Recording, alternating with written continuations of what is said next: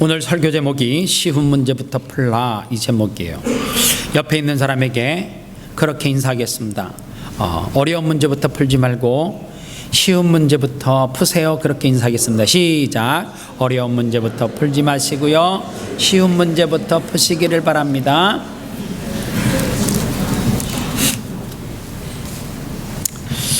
예수를 믿지 않는 지성인들, 그 나름 지식이 있다라고 하는 사람과 대화를 하다 보면 종종 이런 이야기를 합니다.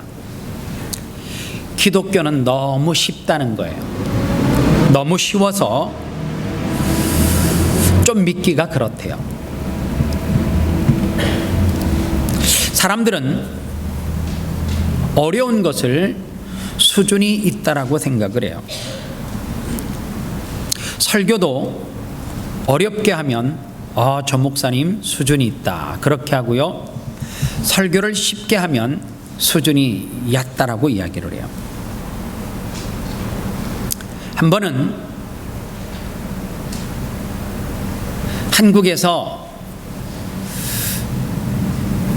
성경 아카데미에 공개 강좌를 모집한 적이 있습니다. 그랬더니 사람이 오지를 않아요. 그 다음에 다시 공개 강좌로 하지 아니하고 120명 정원을 정하고, 그리고 그 강의를 들으시려고 하면 강의료를 얼마를 내야 되고, 그리고 첫 시간에 그 강의에 참석하시는 분들은 반드시 이렇게 두꺼운 책인데 읽어도 이해도 안 가요. 그냥 두꺼운 책을 정해가지고 성경 개론에 관한 누구누구가 쓴 그 책을 꼭 사가지고 오시지 아니하면 신청을 하셨어도 그 강의에 들어올 수가 없습니다. 그리고 이 강의는 약 24주로 진행이 되는데 2번 이상 결석하면 회비도 돌려드리지 않고 그 다음에 이 강의를 수료할 수가 없습니다. 그리고 책은 어느 서점에 가서 개인이 구입해 가지고 오시기 바랍니다. 그랬는데요, 신기한 일이 벌어졌어요. 120명이 기간이 들찼는데 정원이 다 찼고요, 120명은 공개 강좌가 아니기 때문에 1인당 약 4만 원 가까이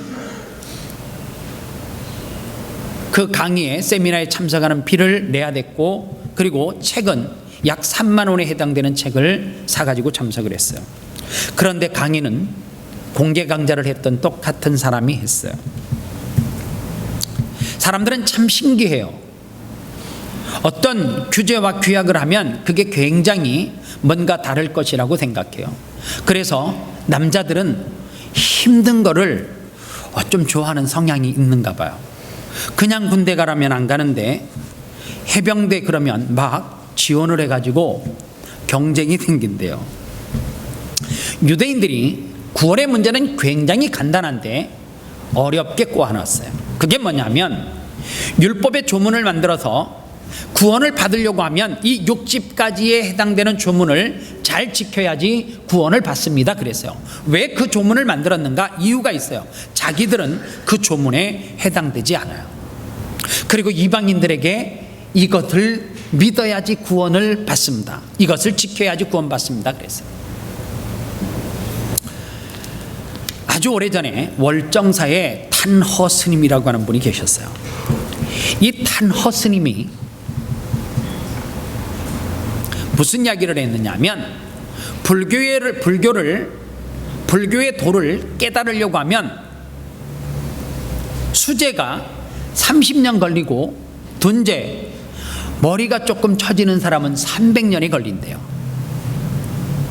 그리고 다른 종교도 이야기했어요. 도교는 20년을 공부를 해야지 깨달을 수가 있고, 그리고 유교는 10년 정도를 공부해야지만 사서 삼경 정도를 깨우칠 수 있다라고 이야기했습니다. 그리고 기독교는 둔제도 3년이면 깨닫는다고. 기독교를 3년에 깨달아요? 아니요. 제가 늘 가방에 가지고 다니는 사형리라고 하는 그 소책자는 아무리 길게 설명을 해도 20분이면 끝나요.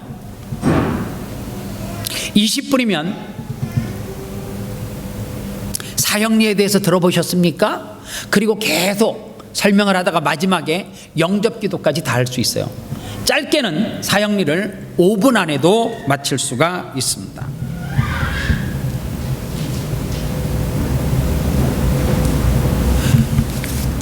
사람들이, 세상에 지식이 있는 사람들이 기독교가 너무 쉬우니까 폄하하려는 것도 있고 너무 쉬워서 신뢰가 안 간다라고 이야기도 해요. 그런데 우리가 꼭 알아야 될 것은, 마귀는 구원이라고 하는 문제가 굉장히 어렵게 생각할 수 있도록 자꾸만 지식인들만 이해하는 것이라고 자꾸만 뭔가 문제를 복잡하게 만들어요.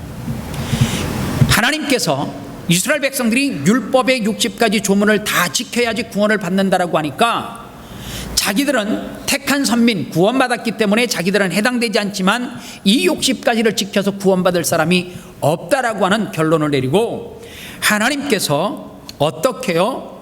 기독교의 논리가 뭐냐? 잃어버린 자녀를 건지는 논리니까 율법으로 안 되니까 누구를 보내셨어요? 예수 그리스도를 우리에게 보내주셨다라고 하는 사실입니다. 그래서 구원은 예수 그리스도가 나를, 내 죄를 위해서 십자가에 죽으셨다라고 하는 이 진리의 말씀을 믿기만 하면 구원을 얻어요. 그래서 로마서 3장 21절에서는 곧 예수 그리스도로 말미암아 모든 믿는 자에게 미치는 하나님의 의는 뭐가 없다고요? 차별이 없다, 그 말이. 머리 좋은 사람도, 머리 나쁜 사람도, 가방끈이 긴 사람도, 짧은 사람도, 지식, 물질을 많이 가진 사람도, 적게 가진 사람도, 남자든지 여자든지 뭐가 없어요? 차별이 없다, 그 말이. 인간은 뭔가를 의지하려고 하는 묘한 심성이 있어요. 그게 뭐냐 하면, 참 사람들이 어리석은 게, 어떤 집에 들어가 보면, 식당에 가보면 꼭 문에 부적이 붙어 있어요. 그리고 꼭 거기에다가 마른 생선 대가리 실로 타래로 감아가지고 이렇게 매달아놔요. 그거를 하면 뭐 부정이 안 탄다 그래요. 참 신기한 거. 절에 가보면 그 대웅전 같은 거 지을 때에 지붕이 얼마나 기와로 화려해요. 그죠? 그 기와를 살짝 들어보면 이름이 다 써 있어요. 그리고 그 기와 한 장에 가격이 있어. 다. 대웅전 거는 300만 원서부터 시작해가지고 그 절에 화장실 짓는 기와는 뭐 3만 원짜리도 있고, 그래서 그게 세면 셀수록 자기들의 삶 가운데 복을 준다 그러고, 하루 저녁에 3,000배를 하면 복을 받는다 그러고, 불교에서도 그거를 이렇게 말하지 않겠어요? 그건 기복신앙이라고. 기독교에서 말하는 것이 기복신앙이 뭐냐 하면, 믿음으로 말미암아 구원을 얻는데 그 믿음이 변질이 돼서 무엇을 많이 헌신하면, 무슨 헌금을 많이 하면 구원을 얻는다라고 착각을 해요. 봉사를 많이 하면, 예수를 믿은 지 오래되면, 모태신앙이면 구원을 받을 것이라고 생각을 한다는 거예요. 그런데 구원은 그렇게 얻어지는 것이 아니에요. 얼마 전에 어떤 분과 식사를 하는데 그래요. 한국에 유치원도 들어가지 않는 영어 아이들을 영어 학원에 보낸대. 그런데 한 달에 150만 원이래. 한국말도 못하는 애에게 영어를 가르친다는 거예요. 야, 우리 교회 청년들이 가가지고 한 달에 한 10명만 그런 애들 가야 하면 떼부자 되겠다, 그 생각이 들더라고요. 이거 다 언어민 발음하는 사람들 데리고 가서. 근데 왜 그거를 하느냐? 참 사람이 묘하대요. 저 집이 하니까 우리 집이 안 하면 뭔가 불안하고 처지는 것 같다는 거예요. 여러분들 종교가 그런 심리를 이용하거나 그거를 통해서 구원을 얻고 그거를 통해서 도를 터득한다 그러면 그거는 사입일 수 있다는 거예요. 구원은 무엇으로 받느냐? 오직 믿음으로 받아요. 어떻게 믿는 믿음이 중요하냐? 여러분들, 의사가 이런 이야기를 해요. 죽을 병에 걸리지 않는 사람을 의사가 찾아가서 그러는 거예요.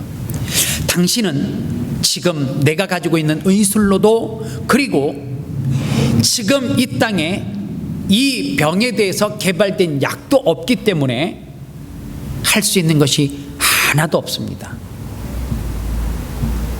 편안하게 드시고 싶은 거 드시고 편안한 시간들을 보내시면 좋겠다 그러면 안 죽을 병인데 죽는데요. 반대로 죽을 병에 걸린 사람에게 의사가 당신은 산다고, 이 병은 벌써 의학적으로 다 뛰어넘었고 이 약에 대해서 약도 다 나와 있기 때문에 이 약을 먹으면 산다 그러면서 소화제 하나를 주면 암이 낫는데요. 물론 다 그런 것은 아니지만 뭐에 대한 믿음이 중요한 거예요? 의사에 대한 믿음, 신뢰하는 것. 오늘 우리의 믿음이 뭐냐 하면 그 어떤 것을 믿어서 고치는 것이, 회복되는 것이, 구원받는 것이 아니라 살아계신 예수 그리스도를 믿을 때에 구원을 받는다는 거예요. 그래서 성경은 오직 의인은 믿음으로 말미암아 구원을 얻는다, 이신칭의를 이야기해요. 그 어떤 것도 복잡한 게 필요 없다는 거죠. 예수 그리스도를 믿음으로 말미암아 구원을 얻는다는 거예요. 그래서 예수 그리스도를 믿음으로 말미암아 구원을 얻는다라고 하는 것이 실제적으로 우리의 삶 가운데 어떻게 드러나야 되느냐? 3단계인데 첫 번째로는 하나님을 믿는 것으로 출발을 해요. 여러분들, 하나님을 믿는다라고 했을 때 그 믿음은 어떠한 믿음이냐면 모든 사고와 모든 출발의 생각이 하나님께로부터 출발되는 것, 시작되는 시작점을 이야기해요. 내 힘으로 출발하는 것이 아니라, 내 힘으로 하는 것이 아니라 모든 사고의 출발과 생각의 모든 시작이 나를 창조하신 하나님으로부터 시작되는 것을 이야기해요. 여러분들 성경을 자주 보시는지 모르겠지만 시편이라고 하는 성경을 보면 여호와는 나의 빛이요 나의 등이시니 여호와를 사모하라, 그리고 가로 열어놓고 셀라라고 하는 글을 본 적이 있으십니까? 하나도 안 봤어요? 신기해요. 이런 기적이 어디 있어요? 홍해가 갈라지는 것보다 더 기적이 시편에서 셀라를 본 적이 없는 것처럼 막 침묵하고 있는 것, 저도 막 충격인데, 지금 성경을 읽을 때 시편을 보면 셀라라는 것이 있어요. 있는데 어떤 분이 성경을 읽으면 이렇게 해요. 여호와는 나의 빛이요 나의 등이시니 주 여호와를 사랑하라, 가로 열고 셀라 가로 닫고, 이렇게 읽는 사람이 있는가 하면 또 어떤 사람은 이렇게 읽어요. 여호와는 나의 빛이요 등이시니, 그리고 셀라, 그리고 또 그 다음에를 바로 이어서 읽어요. 여러분들, 시편에서 셀라라고 하는 이 말은 읽는 게 아닌데 그게 뭔 말이냐 하면 마침표가 아니라 쉼표예요. 쉼표는 뭐예요? 말 그대로 쉬는 거잖아요. 잠깐. 마침표는 끝나는 거고, 그죠? 이 셀라라고 하는 말이 뭐냐면 앞에 말씀을 내가 여호와는 나의 빛이요 등이요 많이 말씀을 읽었잖아요. 그리고 셀라가 나오면 거기에서 잠깐 쉬고 무엇을 생각하라는 거예요? 읽은 말씀을 다시 묵상하고 생각하라. 그게 셀라예요. 바로 그 다음에 막 읽지 말고 하나님을 생각해라, 여호와 하나님을 묵상해라. 그 말씀이 내게 무엇을 전달하고 싶은지 하나님의 말씀을 뭐 하라는 거예요? 묵상하라. 그게 셀라예요. 우리 인생에도 뭐가 필요하느냐? 셀라가 필요해요. 하나님을 바라보는 것, 하나님을 묵상하는 것. 오늘 거룩한 주일은 우리의 삶 가운데 뭐예요? 셀라예요.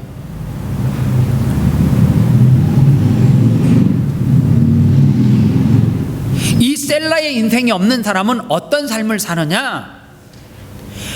모든 사고의 출발과 생각이 하나님으로부터 시작하지 않는 삶이에요. 오늘 하나님 앞에 예배하는 것은 셀라의 시간이에요. 한 주간 내가 하나님 앞에 어떠한 삶을 살았는지 그 시간들을 돌아보고 묵상하는 거예요. 신약 성경에 보면 마르다와 마리아가 나와요. 이 마르다와 마리아가 자기 집에 예수님이 신방 오셨어요. 그런데 성경을 여러분들이 아시겠지만 마르다는 예수님이 자기 집에 찾아오시니까 무엇을 했어요? 부엌에 가서 음식을 열심히 만들었어요.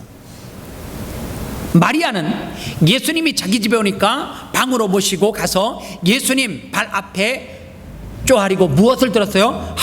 예수님의 가르침의 말씀을 들었어요. 오늘 이 두 사람을 놓고 사람들은 의견이 되게 분분해요. 뭐 마르다가 뭐 잘못했나? 예수님이 오시니까 식사 대접해야 되는 거 맞지? 또 마르다는 예수님이 오셔서 말씀을 전해주시니까 말씀에 집중하는 것이 맞지? 둘 다 맞네? 그런데 성경은 결론이 둘 다 맞다라고 말하지 않아요. 오늘 두 사람의 삶 가운데는 한 여인은 셀라가 있는 인생이고 한 여인은 셀라의 삶이 없는 삶이란 말이에요. 예수님이 마리아와 마르다 집에 찾아왔을 때 목적이 뭐예요? 식사로 오셨어요? 예수님이 식사로 오셨으면 뭐 하는 것이 맞아요? 식사 대접이 추가되는 게 맞아요. 그게 셀라예요.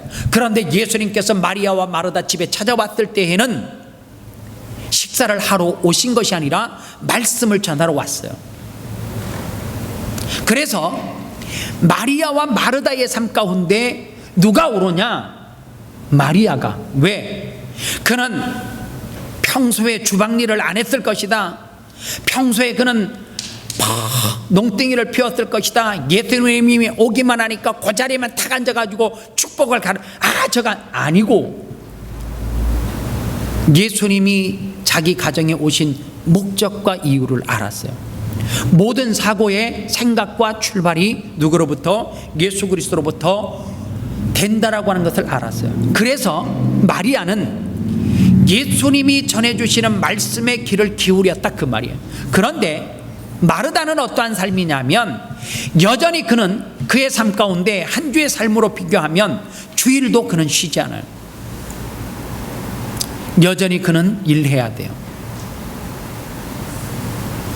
그의 모든 사고와 모든 생각의 출발은 자기로부터 시작돼요. 그의 인생은 셀라가 없어요. 그런데 참 신기해요. 셀라가 없는 인생이 성공할 것 같죠? 아니요. 열심히 7일 동안 일하는 사람이 떼돈 벌 것 같죠? 아니요. 하나님 앞에 11조를 떼어먹고 사는 사람이 부자 될 것 같죠? 아니요. 여러분들 한 해를 돌아보면서 계산해 보세요. 안 한 만큼 반드시 세게 돼 있어요. 참 신기해. 그거 안 하고 뭐 하면 되게 부자 될 것 같죠? 제가 목회를 35년 정도 하면서 11조 떼먹어갖고 부자 됐다는 사람 한 사람 못 봤고요. 하나님 앞에 주일 성수를 안 하고 성공했다는 사람 한 사람도 못 봤어요. 주일을 빼먹고 일을 했더니 셀라가 없는 인생을 살았더니 몸에 병이 왔대. 11조를 떼어먹였더니 사기당했대. 사람이 그것처럼 어리석은 삶이 어디 있냔 말이에요. 주님은 말씀을 묵상하는 가운데 우리가 인생을 살아가는데 모든 사고의 출발과 그리고 생각 그 모든 출발점이 누구로부터? 하나님으로부터 시작하라고 그렇게 말씀하고 있다는 거예요. 그런가 하면 두 번째로 주님만 바라본다고 그러면 주님을 바라보는 것이 도대체 뭐예요? 그렇게 이야기해요. 그래서 주님을 멍하게 바라보면 되는가? 눈 감고 생각하면 되는가? 여러분들 주님을 바라보라고 할 때 주님을 바라보는 것이 뭐예요? 어느 날 잠을 자는데 하얀 세마포 옷을 입고 주님이 나타났어요? 그게 주님을 바라보는 거예요? 아니면 눈을 지그시 감고 주님은 어떻게 생겼을까? 이게 주님을 바라보는 거예요. 오늘 우리가 주님을 바라본다라고 했을 때 말씀 중심의 신앙생활을 이야기해요. 하나님을 바라보는 것은 무엇을 믿는 거예요? 말씀을 믿는 거예요. 말씀을 붙잡는 거예요. 내가 오늘도 말씀을 묵상하지 않고 말씀을 붙잡지 않는 것은 하나님을 뭐 하는 것이 아니에요? 바라보는 것이 아니에요. 막 찬양하면서 주만 바라 이런다고 주님이 바라봐지는 것이 아니라 말씀 속에서 주님을 볼 수 있는 영의 눈이 띄어져야 된다라고 하는 사실이에요. 그래서요, 세상 사람과 하나님을 믿는 자녀가 다른 게 뭐냐? 세상 사람들은 현실을 분석해요. 그런데 하나님의 자녀들은 무엇을 분석하느냐면 내 삶 가운데 위기가 찾아오면 말씀을 분석해야 돼요. 그런데 차이가 있어요. 뭔 차이가 있느냐? 말씀을 분석하면 쇼타임, 짧은 기간에 그것이 해결되지 않아요. 때로는 엉텀 길어질 수 있어요. 목사님, 왜 이렇게 내 인생 가운데 문제들이 해결되지 않습니까? 길어질 수 있단 말이에요. 그런데 여러분들 결과적으로 끝에 가면 누가 이기느냐? 누가 그 싸움에서 승리하느냐? 말씀을 붙잡는 사람, 하나님을 바라보는 사람이 승리해요. 여러분들 세계사 역사 가운데 가장 놀랍고 그리고 사람들의 마음을 사로잡았던 그 하나의 사상이 뭐냐면 공산주의예요. 공산주의는 70년 만에 전 세계 인구의 3분의 1을 다 사상을 바꿔버렸어요. 레닌으로 시작된 그 공산주의, 그래서 소련과 중국, 그리고 저 북한은 지금도 여전히, 쿠바도. 그런데요, 중국과 소련에서 공산주의를 그들의 사상 가운데 확실하게 심기 위해서 했던 정책 중에 하나가 뭐냐면 종교, 즉 기독교를 말살하는 정책이었어요. 그래서 1966년도에 중국에서는 문화대 혁명이 일어났어요. 그 문화대 혁명은 기독교뿐만 아니라 그들 안에 있는 무엇도요? 공자와 맹자, 이것을 추종하는 세력들까지 다 말살시키는 거였어요. 참 놀라운 것은 그들이 공산주의라고 하는 그 사상은 그들 생각 속에 다 깊이 다 심어 놓았는데 하나 실패한 것이 뭐냐면 공산주의가 기독교를 박해한 거예요. 그러면 어떻게 될 줄 알았어요? 멸종될 줄 알았어요. 적어도 자기들이 사는 나라에서는 기독교가 사라질 줄 알았어요. 지금 중국의 지도자인 시진핑이 또다시 무슨 정책을 쓰느냐 하면 기독교 말살 정책을 쓰고 있대요. 선교사들을 다 추방하기 시작했어요. 중국의 선교사들이, 한국에서 파송된 선교사들이 40% 이상 다 지금 추방된 상태예요. 그런데 시진핑도, 공산주의 사상을 만들었던 레닌도 무엇을 몰랐어요? 그들이 조금만 교회사에 관심이 있었으면, 초대 교회사를 조금만 분석하고 정치의 지도자였던, 똑같은 정치를 했던 네로라고 하는 황제를 조금만 분석했으면 그런 어리석은 정책을 쓰지 않았을 수도 있어요. 참고로 전 세계 인구 가운데 기독교 인구가 가장 많은 나라는 중국이에요. 드러난 것만 1억 명이 넘는다 그래요. 지하교회와, 그리고 여러분들 호주에서 우리가 살지만 한국 사람이 없고 아시아 사람이 없는데 그 시골에 갔더니 조그만한 가게가 있는데 그 주인이 누구라고요? 중국 사람이라고. 전 세계 중국 사람들이 기독교를 탄압하고, 그리고 자기들의 어떤 종교들을 탄압하고 다 쫓아내는데 바깥 나라로 가서, 기독교 나라에 가서 하나님을 믿어요. 전 세계 인구가, 어느 나라는 기독교 인구가 50%가 된다. 그런데요, 하나님은 저 중국을 들어서 지금 지하교회까지 흩어져 있는 디아스포라까지 이야기하면 3억 정도 된다고 이야기해요. 왜 그런 일이 벌어졌느냐? 기독교를 핍박하고 말살하려고 하는 네로가 기독교인들이 너무 초독교에 뜨거우니까 적어도 이 자기가 정치하고 있는 이 로마 땅에서는 기독교를 말살해야 되겠다. 그래서 쓴 정책이 뭐예요? 첫 번째 그들을 시범적으로 죽이는 거예요. 공개적으로 처형하는 거예요. 사자굴에 집어넣기도 하고, 원형 경기장과 같은 곳에서, 콜로세움과 같은 곳에서 사람들을 넣어놓고 그냥 저들을 죽여라 그래서 창으로 찔러 죽이고, 많은 사람들이 보는 앞에서 하다 안 돼가지고 내려갔었던 것이 뭐예요? 그 도시 전체를 불지르는 거였어요. 그러면 기독교가 다 박멸될 줄 알았어요. 그로 통해서 기독교인들은 그 핍박을 견디지 못해서 흩어져서 유럽으로 다 흩어졌어요. 아시아로 흩어졌어요. 핍박을 견디지 못해서 예수 그리스도를 믿고 살아야 되겠다. 청교도들이 어디로 갔어요? 신아메리카 대륙을 향해서 갔어요. 그 나라가 누구예요? 어디예요? 미국 아닙니까? 그 핍박을 해서 기독교가 퍼진 것을 레닌이 알았다면, 지금 시진핑이 알고 있다라고 하면, 그런 정책을 쓰면 쓸수록 기독교는 자기 나라에서 다 활발하게 부흥하고 성장한다는 거예요.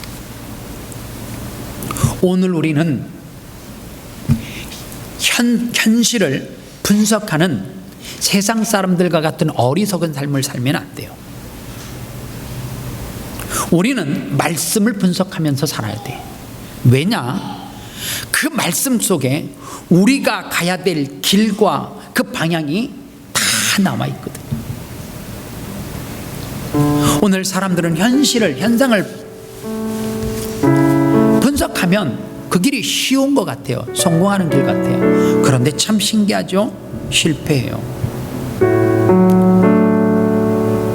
또 하나, 우리가 믿음대로 살려고 하면, 하나님으로부터 출발하려고 하면, 말씀을 자꾸만 붙잡으려고 하면 우리를 흔드는 사람들이, 흔드는 세력들이 있어요. 믿음을 자꾸만 흔들어요. 아브라함을 보십시오. 하나님께서 말씀을 통해서 약속으로 그에게 줬어요. 그를 흔들기 시작하죠. 어떻게 흔들어요? 야, 네 나이에 어떻게 자식을 낳아? 조금이라도 젊었을 때에, 여보, 난 가능성이 없어요. 그래서 하갈을 밀어 넣었어요. 여보, 넌 질끈 감고. 하갈을 통하여서 누구를 낳았어요? 이스마엘을 낳았어요. 하나님이 그를 축복했어요? 아니에요. 여러분들 지금 저 중동에서 무슬림 테러 집단 그 모든 후손들은 이스마엘 후손이에요. 이란, 이라크, 오만, 강성을 가지고 있는 사람들은 다 무엇이 있어요? 상처가 있어요. 뭔 상처예요? 버림받았다라고 하는 상처가 있다면, 누구로부터? 아브라함으로부터 올라가면 그것이 실패인 줄 알고 깨닫고 아브라함이 견뎌요. 그 다음에 무엇을 붙잡고 나가요? 하나님의 약속을 붙잡고 나가잖아요. 여러분들, 우리의 믿음은 무엇을 붙잡고 나가느냐? 현상을 보고 나가는 것이 아니라, 줄서기를 잘하는 것이 아니라 하나님의 약속 붙잡고 기다리는 거예요. 우리의 믿음을 흔들 때에 뭐 할 줄 알아요? 아, 이 방법을 하면 된대. 에이, 눈 질끈 감고 해. 아니요. 여러분들 정말 대단히 죄송하지만 하나님이 원하시지 않는 방법으로 내게 처해 있는 고난의 문제, 삶의 문제를 해결하려고 하지 마십시오. 적어도 예수 그리스도를 믿는 사람들은 그 약속 믿고 정도로 가셔야 돼요. 모든 사람이 아니라고 할 때 하나님의 말씀의 거울에 비추어 봐서 맞으면 주변의 사람들이 흔들어요. 아유, 그렇게 정직하게 살면 뭐 누가 알아준대? 안 알아줘요. 우리는 하나님의 약속을 붙잡고 가는 사람들이기 때문에 어떻게 해야 되느냐? 하나님 믿고 가야 돼요. 여러분들, 오리가 물에 빠져 죽은 이야기를 알아요? 실질적으로 오리가 물에 빠져 죽은 사건이 벌어졌어. 왜냐? 오리는 어디에서 자라야 돼요? 태어나면서부터 물에서 자라야 돼. 오리는 태어나서 물에다 넣어놓으면 그냥 지가 알아서 뜨고 잘 가. 그런데 이 사람이 오리를 자기가 애완으로 이렇게 집에서 키우고 물하고는 근처도 안 가게 열심히 키웠어요. 오리가 컸네요. 오리는 물에서 수영을 잘한다 라고 주인이 생각을 한 거예요. 그래서 그 오리를 개울로 데리고 가서 개울 위에서 물에다 확 던졌어. 오리가 맥주 뺏겨갖고 죽었어. 꼬르륵 가라앉아 죽더래. 주인이 너무 황당한 거야. 자기가 너무너무 사랑했는데. 그래서 수의사에게 데리고 갔어요. 설명을 했어. 내가 이만큼 키우다가 오리는 물에 잘 적응을 하지 않냐고 그래. 물에다 던졌더니 꼬르륵 가라앉아 죽었대. 원인이 뭐냐 그랬더니 수의사가 이렇게 말하더래요.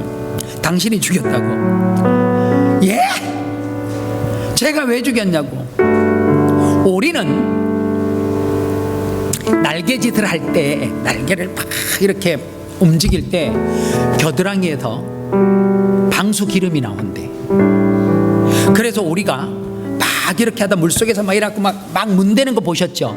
얼굴에도. 그게 뭐냐면 물에 떠야 되니까 방수 기름을 바르는 거래. 그래서 오리는 기름을 발라놓으면 발로 젖지 않아도 그냥 떠 있대. 뭐만 하면 돼? 그 자리에 있고 싶으면 자꾸만 바르면 된다는 거예요. 당신이 집에서 물속에 한 번도 못 들어게 가갖고 얘는 본능적으로 이 기름을 바르는 것이 훈련이 안 돼가지고 물속에 딱 넣는 순간 그 깃털에 물이 확 숨어들어가고 돌덩이가 돼갖고 죽을 수밖에 없는 거라고. 몸에 10배 이상의 무게가 나를 끌어당기면 당연히 죽지. 저는 이 이야기 속에 굉장한 진리가 있다고 생각해요.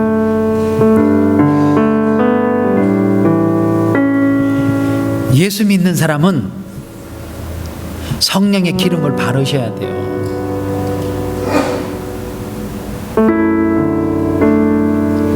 예수 믿는 사람은 하나님의 기름이 계속해서 공급돼서 발라야지 세상 속에서 살아.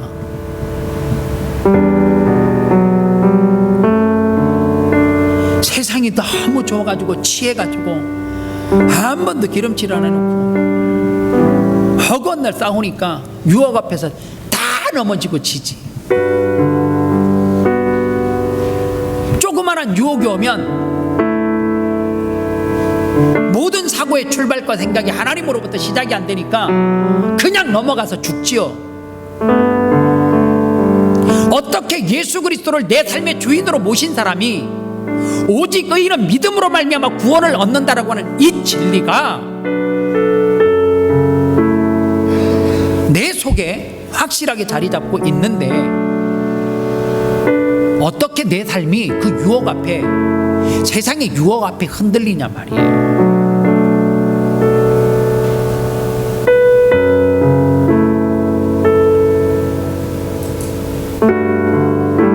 오늘 우리는 끊임없이 세상 가운데서 하나님의 자녀로 살기 위해서 끊임없이 기름칠 하셔야 돼요. 다시 말하면 날개짓 해야 된다 그 말이에요. 그 날개짓이 뭐예요? 우리를 흔들 때 우리를 지킬 수 있는 게 기도예요. 기도. 지난 한 주간도 여러분들의 삶 가운데 기도한 시간을 지금서부터 좋아, 밥 먹을 때 한 기도까지 계산해봐. 적어도 나는 이번 한 주간 동안 하나님 앞에 1시간 정도 기도의 시간을, 독대의 시간을 가졌다. 마음속으로 자신 있으면 손 드세요.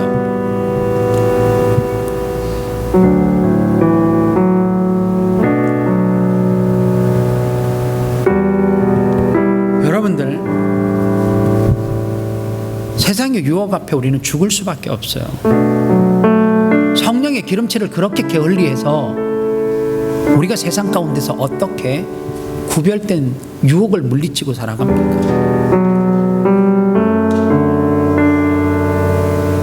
어떻게 이겨요? 무슨 힘으로 싸우십니까?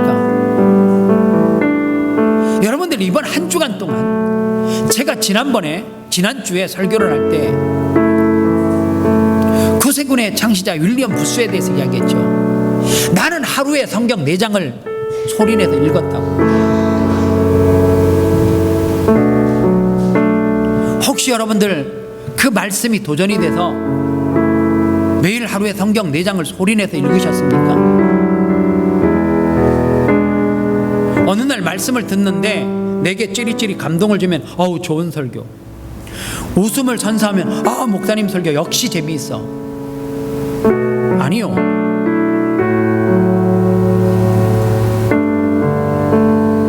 설교는 재미도 아니고 설교는 감동도 아니고 설교는 내 마음에 찌릿찌릿해서 좋은 설교가 아니고 좋은 단어를, 어려운 단어를 많이 써서 수준 있는 설교가 아니고 진짜 그 설교가 내게 능력과 힘 있는 설교가 되려고 하면 전하는 자도 말씀을 듣는 자도 그 말씀대로 살아내야 돼요. 오직 의인은 믿음으로 말미암아 구원을 얻는다라고 하는 이 진리의 말씀, 이 신칭의가 내 마음속에 확실한 구원으로 자리 잡았으면 우리의 모든 사고와 출발은 누구로부터요? 예수 그리스도 하나님으로부터 출발해야 돼요. 내가 지금 하는 이 일이 주님이 보시면 기뻐하실 일인가? 아 그래서 기뻐할 것 같으면 다 해요.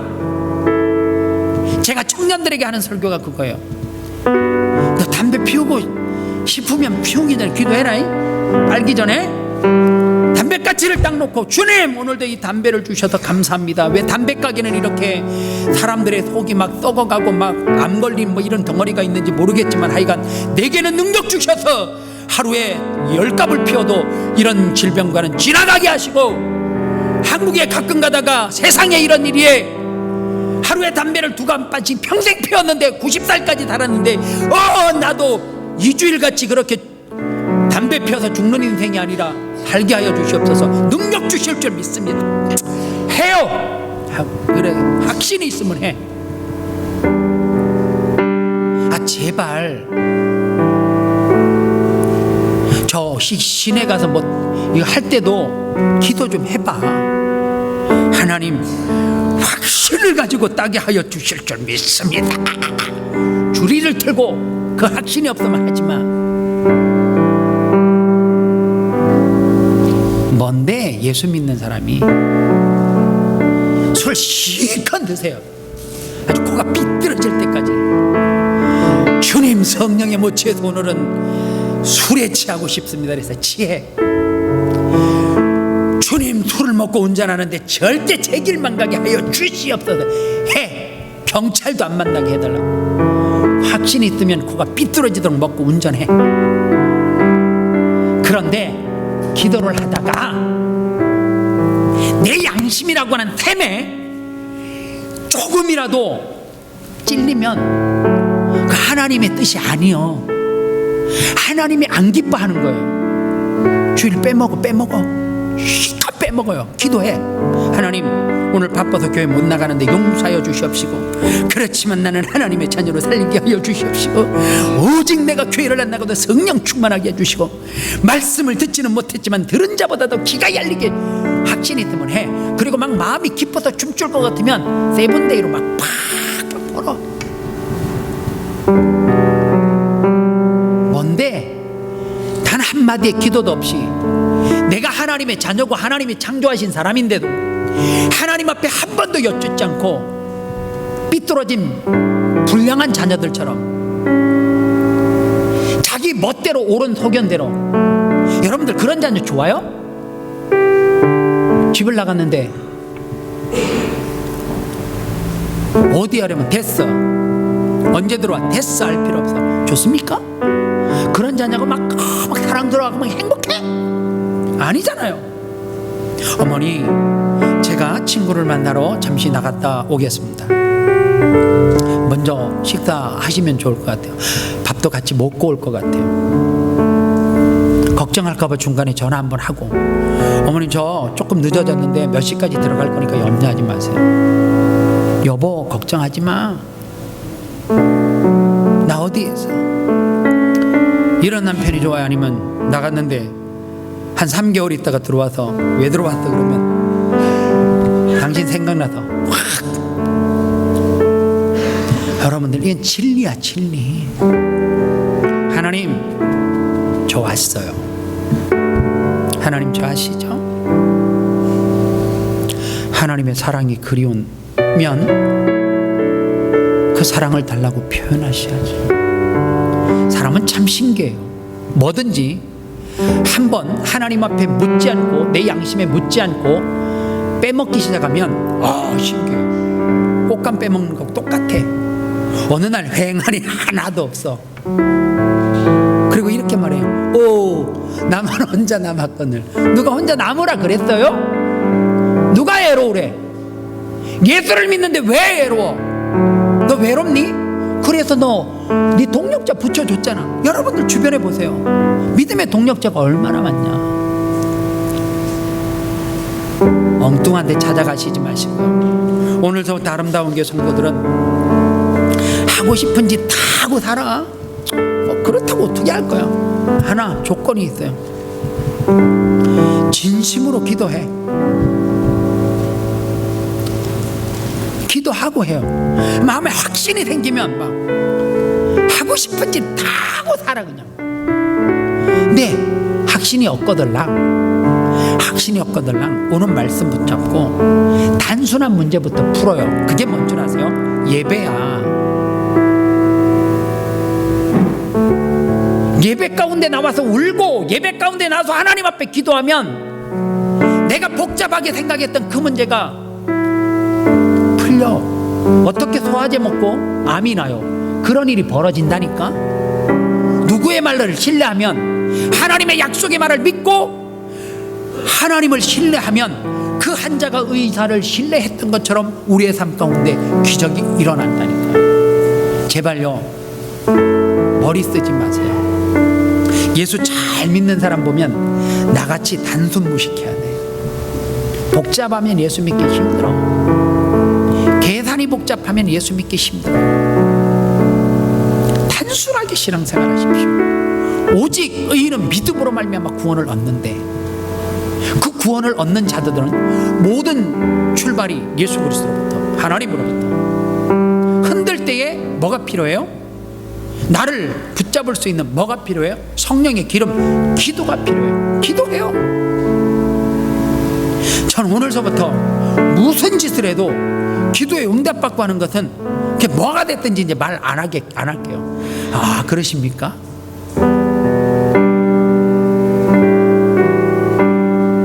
믿음의 사람들은 적어도 세상 사람들에게 소망을 줘야 되고, 하나님의 교회는 세상에 희망을 줘야 돼요. 왜 우리가 지금 세상 사람들에게 희망을 주지 못하고 교회가 소망이 되지 못하느냐? 문제는 저와 여러분들이에요. 우리가 흔들리기 때문에 그래. 확신이 없기 때문에. 이 시간 같이 기도하겠습니다.